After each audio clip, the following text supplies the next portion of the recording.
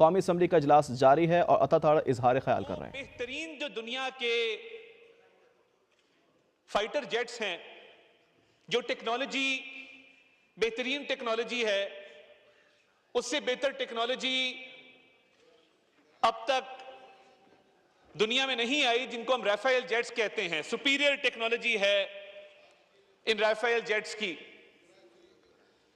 और भारत को बड़ा नाज था कि हमारे पास सुपीरियर टेक्नोलॉजी के ये जहाज मौजूद हैं, तो हम पता नहीं क्या पाकिस्तान का नाकाबिले तलाफी नुकसान कर देंगे, खुदा ना खास्ता। और ये जो नाज और जो गरूर था, अल्लाह ताला का फजल है कि जिस नीयत से और जिस इरादे से वो पाकिस्तान की तरफ देख रहे थे और पाकिस्तान का नुकसान करना चाहते थे, उसमें उनको हजीमत उठानी पड़ी, उनको शर्मिंदगी हुई। और शर्मिंदगी भी ऐसी कि अब उस खिफ़त को मिटाने के लिए उन्होंने अपनी स्ट्रैटेजी चेंज की है। जनाबे वाला, पाकिस्तान में जो जज्बा पाया जाता है, जो जोश पाया जाता है और जो इत्तेहाद व इत्तेफाक पाया जाता है, ये पाकिस्तानी कौम हर ऐसे मौके पे, हर ऐसे वक्त पर ये इकट्ठी हो जाती है और ये 5 उंगलियां जब मुट्ठी बनती हैं तो ये ऐसा जोरदार मुक्का बनती हैं कि दुश्मन को दोबारा उठने की हिम्मत नहीं होती। तो मैं गुजारिश ये कर रहा था जनाब स्पीकर कि दुश्मन जो मक्कार है, बुज़दिल है, वो बेहतरीन टेक्नोलॉजी लेके आता है आपके खिलाफ। कि राफेल जेट्स हैं, बड़ा चर्चा था और बड़ा नाज था दुश्मन को इन राफेल जेट्स के ऊपर कि ये पता नहीं इतनी आला टेक्नोलॉजी है तो हम शायद पाकिस्तान का नाकाबिले तलाफी नुकसान कर देंगे, खुदा ना खास्ता। मगर जब उसने पाकिस्तान की तरफ मैली आंख से देखा और इरादा किया कि पाकिस्तान का नुकसान करे, हमारी आर्म्ड फोर्सेस का रिस्पॉन्स बेफिटिंग था। और ये जो तैयारे गिरे हैं, सिर्फ तैयारे नहीं गिरे, ये पूरी भारतीय कौम का गरूर गिरा है, उसका नाज गिरा है, भारतीय कौम का मुराल गिरा है इन जहाजों के साथ। और ये राफेल कंपनी वाले भी पूछते होंगे इनसे कि तुमने तो हमारी भी रेपुटेशन खराब कर दी। और वो पूछ रहे हैं, आप देख रहे हैं उनके शेयर्स नीचे गिरे हैं, जो मैं ऑब्जर्व करता रहा हूं। और हमारे JF-17 थंडर का अगर आप देखें और हमारे शाहीनों को इस फ्लोर ऑफ द हाउस से हम आपको सलाम पेश करते हैं, आपको सलूट करते हैं कि आपने जिस हिम्मत से, जिस जवामर्दी से उस नाज को, उस गरूर को खाक में मिलाया। और पिछली दफा तो हमने यहां पे फैंटास्टिक टी पिलाई थी, अभी भी टी तैयार थी यहां पे, फैंटास्टिक टी वॉज रेडी। मगर क्योंकि इस दफा दुश्मन भाग गया तो टी की हमने इस दफा होम डिलीवरी की है। ये राफेल जेट्स गिराना कन्वेंशनल वॉरफेयर के अंदर पाकिस्तान की सुपीरियरिटी को एस्टैब्लिश करता है कि पाकिस्तान की मिलिट्री कैपेबिलिटी कई गुना बढ़ के है। और अगर कन्वेंशनल वॉरफेयर को देखा जाए तो तारीख भरी पड़ी है इन मिसालों से जहां पे हमने उन्हें शिकस्त फाश दी है।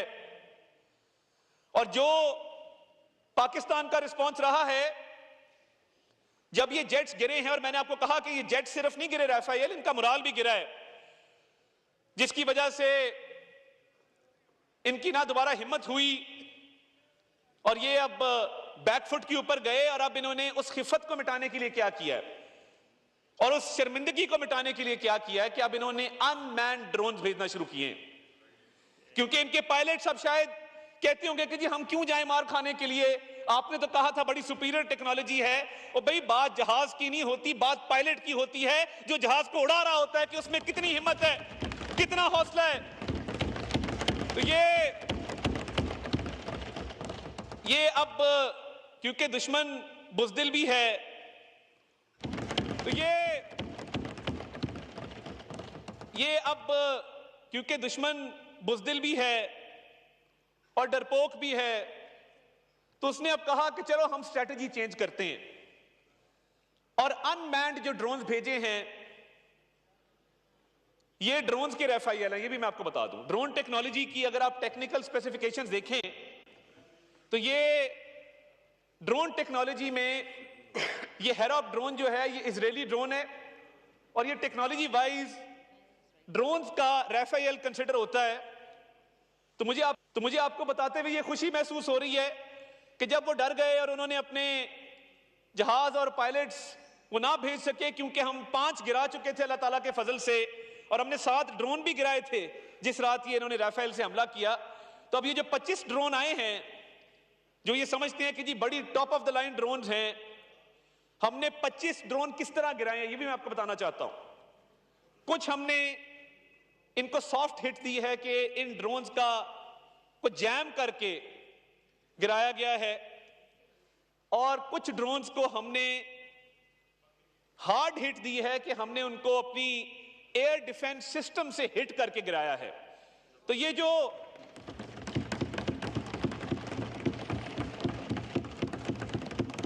जो भारतीय मीडिया आपको राफेल जेट्स का मलबा दिखा रहा है, और ये हमारी कामयाबी थी कि क्योंकि कन्वेंशनल वॉरफेयर में पाकिस्तान आर्म्ड फोर्सेस का एक सुपीरियरिटी डेवलप हो गई, इस्टेब्लिश हो गई। इंडियन मीडिया ने मलबा दिखाना शुरू कर दिया। ये छुपाना चाहते थे कि ये मलबा नजर ना आए, मगर मलबा जहाज का कैसे छुप सकता है। तो इंडियन मीडिया ने पूरी दुनिया को दिखा दिया कि पाकिस्तान ने हमारे जहाज गिरा दिए हैं।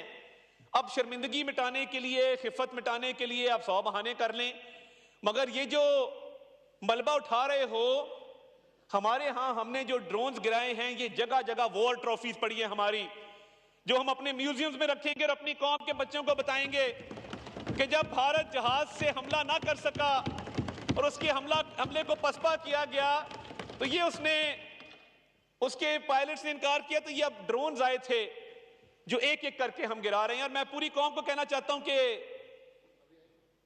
Armed forces are ready, armed forces are capable, और वो हम वक्त तैयार रहते हैं, और आपका दिफा मजबूत और महफूज हाथों के अंदर है। और जिस तरीके से एयर डिफेंस सिस्टम ने इन 25 ड्रोन्स को काउंटर किया है through soft hit, through hard hit, ये मलबा गिरा हुआ है वो ट्रॉफीज के शक्ल में। और ये सिर्फ हमने एयर टू एयर मार या ग्राउंड टू एयर मार करके एक नई मिसाइल नहीं कायम की कि हम कन्वेंशनल वॉरफेयर में हमारी सुपीरियरिटी है। जो लाइन ऑफ कंट्रोल पे इन्होंने लॉसेस उठाए हैं भारत ने, और मैं आपको बताना चाहता हूं कि लाइन ऑफ कंट्रोल पे ना सिर्फ 40 से 50 इनके हमने भारतीय फौजी हलाक किए हैं, बल्कि जो इनके ब्रिगेड हेडक्वार्टर उड़ाया, और आपने वो आग देखी, मैं यूनिट की बात नहीं कर रहा। कन्वेंशनल वॉरफेयर में ये बहुत बड़ी कामयाबी होती है कि आप पूरे ब्रिगेड हेडक्वार्टर को उड़ा दें। इसकी मिसाल आपको बहुत कम मिलेगी जनाब स्पीकर। और जब और ये लाइन ऑफ कंट्रोल पे भारत के खिलाफ जो हमने कामयाबियां हासिल की हैं वो अभी जारी हैं।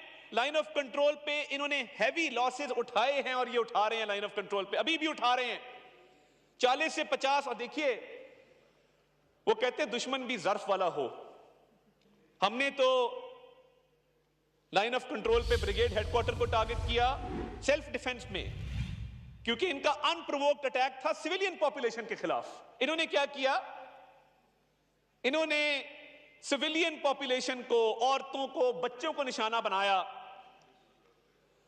और हमने जो रिस्पांस दिया, बिफिटिंग रिस्पांस दिया, तो हमने जहाज गिराए हैं, हमने मिलिट्री इंस्टॉलेशन उड़ाई है लाइन ऑफ कंट्रोल पे, हमने इनके फौजी हलाक किए हैं लाइन ऑफ कंट्रोल पे। ये जवाब होता है और ये मुंह तोड़ जवाब होता है।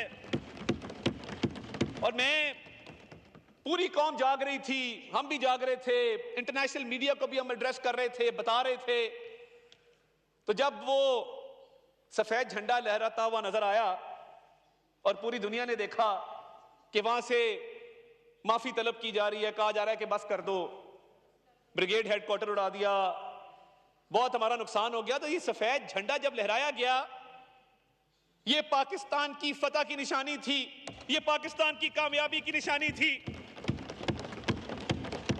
और इन्होंने जो अभी सिखों के खिलाफ कार्रवाई की है, मैं बड़ा क्लियरली आपको बता देना चाहता हूं, इन्होंने, इनका अपना ड्रोन गिरा है उस गुरुद्वारे के ऊपर, और इनका अपना ड्रोन है जिसने वहां पे सिखों का नुकसान किया, क्योंकि इनको नजर आ रहा था, दुनिया भर से आवाजें उठ रही थी कि कोई सिख पाकिस्तानी फौज के खिलाफ नहीं लड़ेगा।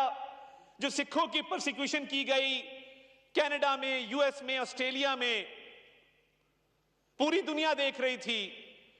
तो इसके पीछे भी इनके मजमूम मकासद हैं कि सिखों को टारगेट करो, उनके जज्बात उभारो पाकिस्तान के खिलाफ। Let me make it very clear कि ये सिविलियन को टारगेट करना ये आपका वतीरा होगा। हम कभी सिविलियंस को टारगेट नहीं करते। हम जंग के अंदर भी आला ज़र्फी की मिसालें कायम करते हैं।